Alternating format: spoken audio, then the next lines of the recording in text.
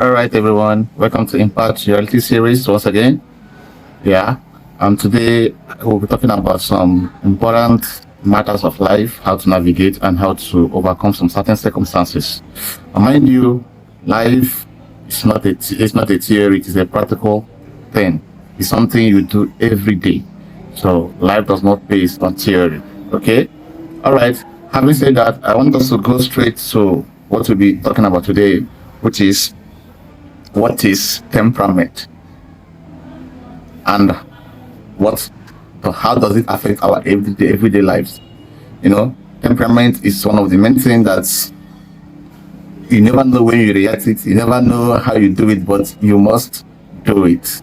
So how do we tackle these temperamental issues? Because honestly, it is one of the things that has been bringing troubles in our daily lives. All right, what is temperament, by the way? Temperament simply means a person naturally inborn way of thinking, the way someone thinks, the way someone reacts, the feelings, the way he talks, the way he works.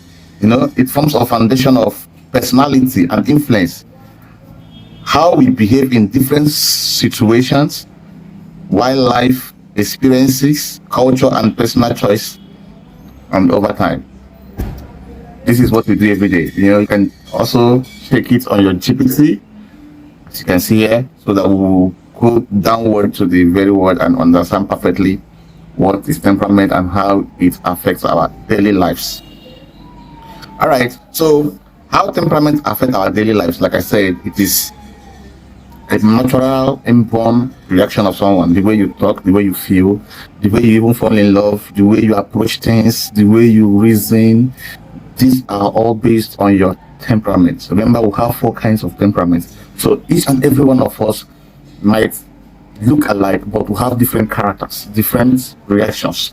In a very particular thing, we might react differently. Doesn't mean the person is wrong or I am right on my reaction, but I react based on my words temperament. Okay, so never say your actions are wrong until you discover your temperament, and never say someone's action is wrong until you know the person's temperament. Okay, so that you don't misjudge any person based on their reaction, but rather we constructively know our temperament and work positively to achieve what you're looking for.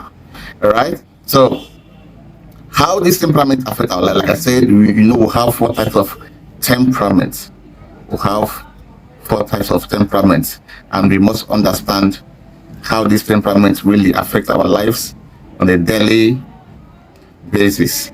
Okay, so one of the temperaments will go by the way is what they call sanguine. Sanguine, sanguine person. What is sanguine person? How is a sanguine person behaves? A sanguine person act like as a ChatGPT stated. It says outgoing, cheerful, and talkative and sociable person. You see somebody talks anyhow, it doesn't have a kind of self-control about talks. Anything that happens, person must talk cheerfully, all these comedy stuff like that. This is who they are. You don't need to judge this person. Why is this person talking like this? Why can't you stay one place? This, that. That is their sanguine temperamental life. It wasn't adapted. The person was born with that character. So the other person is choleric. Choleric is some people that are confident. You see someone, even at the face of adversity, at the face of fear, in any difficulty, the person will seem confident in that particular thing. Hey, can you be able to achieve this? No matter the difficulty and all, you said, yes, I will do it, without even participating yet. You see, such person has what they call choleric temperament. Ambition, decisive, and natural at leading. You see, great leaders, when they say, this person is a great leader, the person is talking about the temperament, the way they handle matters, the way they talk about things, the way they put things in order, the way they eye contactly decide things. Okay, the third among them is melancholy.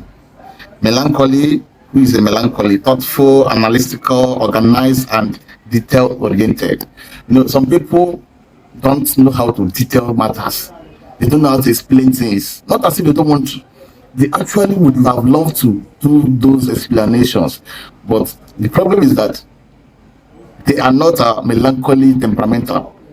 You see, that is why it is very difficult for them to detail what had happened, how it happened, and when it happened. They might be interested to say such a thing, but what I want to tell you is that if you find yourself in any of these dimensions, don't look less about yourself. Just know this is who you are. Only thing you have to do is to improve in some areas. You know that actually you're not doing it right. Then you improve in those aspects. You see, nobody should look him or herself less based on, say, this person's temperament is more advanced than mine, or these are, you are unique the way you are. You are genuine, you are unique, you are beautiful, you are handsome, you are good the way you are, okay? Every temperament is given by the creator, and he knows why your temperament is that, all right? So you have to be resilient to improve your own temperament if you're lacking behind. Though most of the times, a person can actually acquire more of this temperament, maybe have melancholy and choleric together, or sanguine and melancholy together. It happens in such dimensions. All right, the last person, the last part of this temperament is what they call phlegmatic. You know, these calm and quiet people, they don't talk, they will just be looking at you, observing you. You know, some people say, these people that don't talk, they're very dangerous. They don't love being dangerous, but you know, they cannot help themselves. That is who they are. That is how they are naturally customized. That's how they are programmed. That is how they are to work. You know, let me use this kind of this for example. Phone. You know, you cannot all these Android smartphone. They have their own limit of operation. iPhone has its own. Other phones has a. They have been programmed by their temperament, so no one can react above what they are saying in the surface. None of them can react above what they have been programmed for. So that is also how this temperament works. All right. So having known that about temperaments, you should be asking yourself, where do I belong? Where do I belong in this category? Are you a sanguine? Are you a phlegmatic? Are you a melancholy?